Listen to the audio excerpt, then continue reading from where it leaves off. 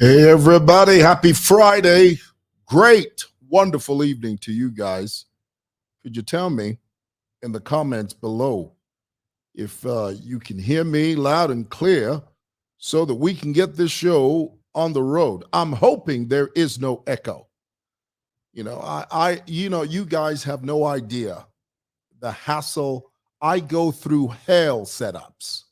Because if I don't do one thing, sometimes I forget to turn on this knob, to press that button. So sometimes it's all discombobulated. But I always rely on you. I rely on you to tell me if I'm loud and clear. And as soon as I read those two words, I will proceed. I will. A few shout outs to you guys. Good evening, sir. Watching from Mumbai. Thank you. Good evening, Uncle. People call me Uncle. You're loud and clear. Thank you very much. Let's talk about it. I only have a few minutes before the news. I'm going to need at least 12 to 13 minutes of your time, and let's dissect it. I was watching not too long ago a YouTube episode of That Zed podcast, and let me encourage you. If you haven't seen that, the interview with a young lady by the name of Precious Magande, she's an ex-convict, and we'll get into that in a moment. But I just wanted to say to the Zed podcast crew that they are doing it on YouTube, and this was one of the best episodes I've ever seen because it was very candid. This young lady, Precious Magande, very articulate, very clear young lady that found herself in this circumstance. The story is, let me bring you up to speed. The story is this young girl had a friend that invited her to some big PF politician's house. This was back during the tyrannical reign of the PF. This was back when the PF treated cash like toilet paper. I mean, those guys were riding high on the saddle. They were making so much money, they didn't know what to do with it. They had trunk loads and truckloads of money, boxes and boxes, trunks and trunks of money that they didn't know what to do with. And so one day, this young girl, Precious Magande, was invited to the house of a prominent PF politician who still remains unnamed. And Precious claims that she discovered that the PF were using this house to stash money. And so she took it upon herself. She said, well, you know what? This is stolen money, so I'm going to steal some myself. It goes back to that old saying, there is no honor among thieves. So she claims that she stole $1.2 million USD, and which is quite a stretch, to be honest with you. $1.2 million is approximately 21 million kwacha. That's a lot of money. I mean, how do you make it out of the house with $1.2 million? How do you do that? This is my question. How do you become a guest at someone's house and walk out with $1.2 million? That's the most amazing thing to me. It's like you go to someone's house and they say, hey, you want to come over for dinner? Then you discover that, oh, they got all this money. But then the question is, how do you walk out with it? I can understand how you can walk into the house and how you can be an invited guest. I get that. I get it. What I don't get is how you decide, you know what, let's steal 1.2 million. And then how do you walk out with 1.2 million dollars? It's the most amazing thing. And so she made some pretty tall claims. And at one point during her interview, she said, because she was subsequently arrested, she pled guilty. She said, I don't want to waste the court's time. Your Honor, Judge, I'm guilty as charged. Throw the book at me. And so she was given 5 years. She served 1 year and 8 months. And then she claimed that the UPND intervened and facilitated her early release. This is, this is what she implied on the show. Let me digress here and say something very, very important. And this is a learning point for all of us. And it doesn't matter what show you go to, as long as you're invited to one of these talk shows, whether it be That Zed podcast or somewhere on Diamond TV or radio, the rule is always just be honest. You cannot be honest 95% of the time. The moment you agree to do an interview, keep it in your mind that whatever I'm going to say, I'm going to be honest.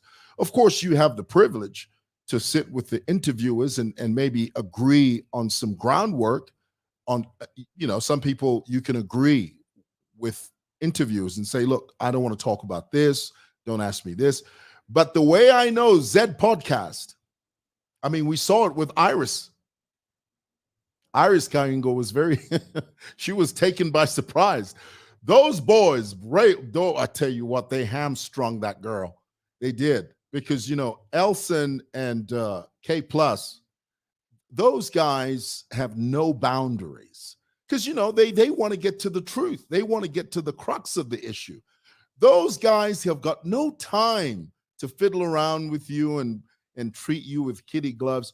Those two go for the jugular because they just want the truth. They want you to be as brutally honest as possible, even if it is at your expense. They make sure.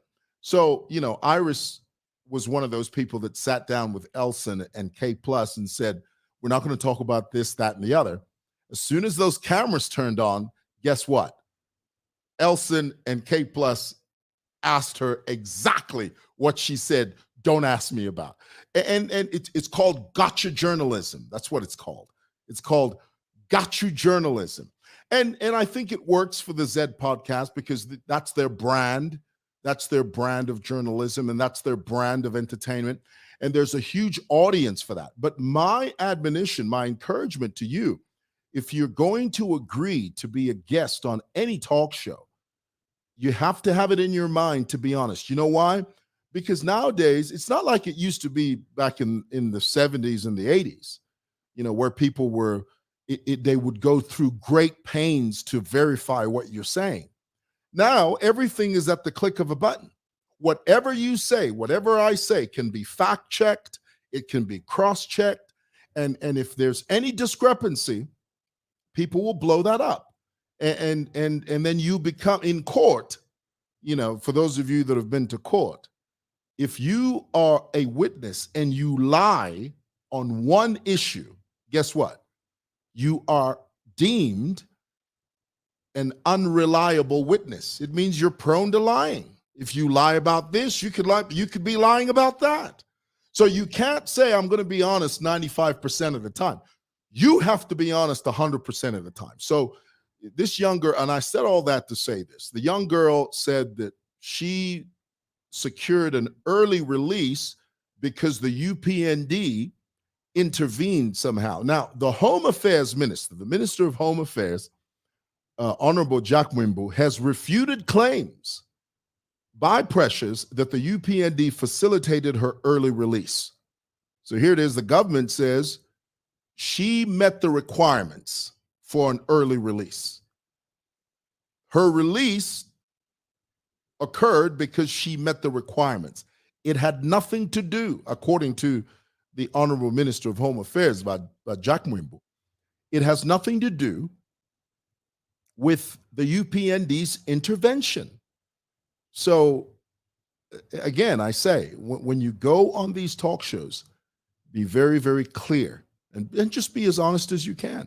But I really did like how this Precious came across. I mean, she came across as someone that was very clear about what she was talking about. She was very clear about what she had done. But I did find that there was a bit of ambiguity. I wasn't sure if she really hid the money or she spent the money, because at some point during the interview, she said, I'm broke. And then at some point she said, well, maybe I buried the money. It's just a lot of back and forth. This is my view. My view is that if you've stolen a $1.2 million, you're not going to be walking around scot-free. You're not. It's just not possible. There are lots of bad people out there that want that money back. There is no honor among thieves. So it would be a stretch for me to believe that she buried $1.2 million somewhere. That's just me. I don't know what you guys think. What do you think? What do you guys think? Tell me in the comments below. Let me. Somebody says, how? Imagine. Right. Somebody says she was released on the 9th of August, 2021. I stand to be corrected. I'm not sure when she was released. Somebody says that she was going back to that house for seconds and thirds. Yeah, that's possible. That's possible.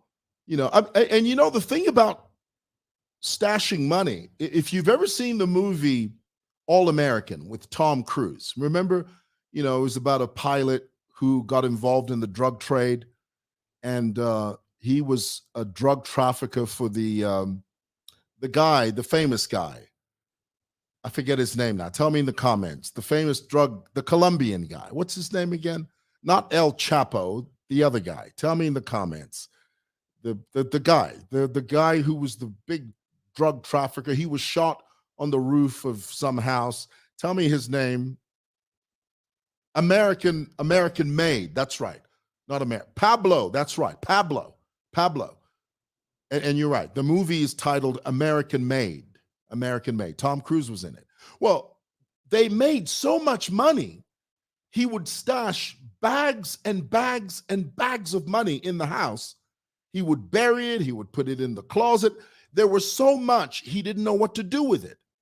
And I would imagine that the PF, during the PF, they were embezzling and stealing and siphoning, skimming off the top so much money, they didn't know what to do with it. So I agree that maybe she would go, maybe Precious would go 2, 3, 4 times until she accumulated $1.2 million, which is a huge stretch, if you ask me. Pablo Escobar, that's right. That's him. All righty. Last thing I want to talk to you about. What time is it? I got 2 minutes. Did you see this? Chilufya Teali refers to Tarsila Lungu as his sweetheart. Blatant disrespect to Sega. And I keep telling you guys, the reason why Tayali gets away with stuff like that is because he's married to that Ethiopian girl. If he was married to a Zambian woman, you think a Zambian girl is going to let you get away with this nonsense?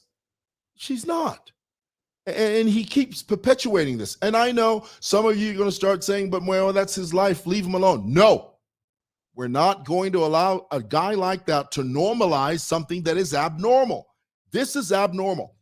He needs to understand that he can't stand under the umbrella of no chimbuya. They just have to understand whatever those are Easterners. We are just joking. Nonsense. Respect that. Respect that. You can't be calling somebody else's wife sweetheart, you joker, you despot. I mean, Julius Malema, the other day he was being interviewed, and the interviewer referred to Julius's wife as, so where did you meet your wife? She's very beautiful. Julius turns around and says, no. You can't say about someone's wife that she's beautiful. And the interviewer says, well, why not? He says, no. Anyway, All right, 7 o'clock. Go watch the news. God bless you. Thank you for watching. We'll see you tomorrow. Bye.